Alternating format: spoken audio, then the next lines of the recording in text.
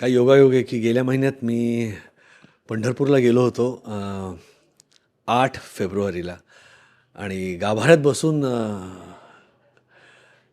कानावर विष्णू सहस्रनाम पढत असताना विठ्ठलाचं दर्शन झालं आणि एकटक बघत होतो आणि तीच प्रचिती आज मला माटुंग्याच्या यशवंत नाट्यगृहात आली. आत्ताच विठ्ठलमय होऊन बाहेर पडलो. हा प्रयोग हा प्रयोग नाही म्हणणार मी, हा अनुभव असं म्हणेन. हा प्रत्येकाने घेतला पाहिजे.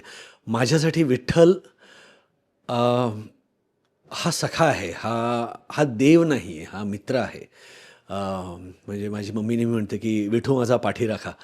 तर ते किती खरं आहे की ज्याच्या खांद्यावर हात ठेवता येईल, ज्याच्याशी गप्पा मारता येतील असा हा मित्र आहे आणि त्याची प्रचिती तुम्हाला वारंवार येत असते.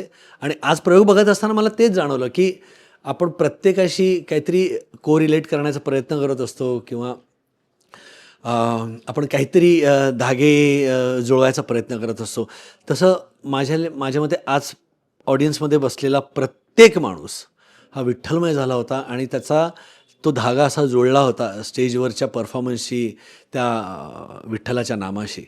अप्रतिम लिहिलेलं आहे डॉक्टर समीर कुलकर्णींनी.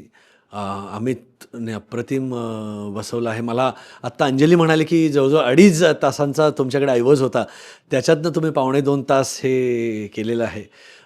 मला खरंच ते पाऊण तास काय आहे हे ऐकण्यात सुद्धा फार इंटरेस्ट आहे. पण फारच सुंदर सगळेच डिपार्टमेंट्स.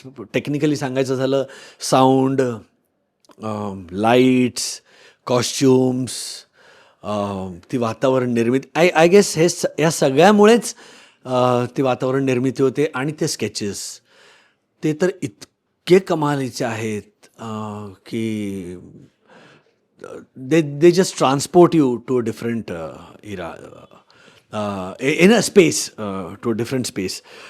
सगळ्यांचीच गाणी, एकतर खळे काकांची ती अजरामर गाणी, ते अभंग, इतकं गारुड आणि इतका मोठा पगडा असताना त्यातनं ह्या चाली काढायच्या, निर्माण करायच्या. हॅट्स ऑफ टू निनाद आणि जयदीप. कमाल कमाल. खूप खूप शुभेच्छा अमित आणि तुमच्या अख्ख्या टीमला. हा प्रयोग बघितल्यानंतर मला खात्री आहे की प्रत्येकाला त्याचा विठ्ठल नक्कीच भेटेल. अवश्य बघा ज्याचा त्याचा विठ्ठल.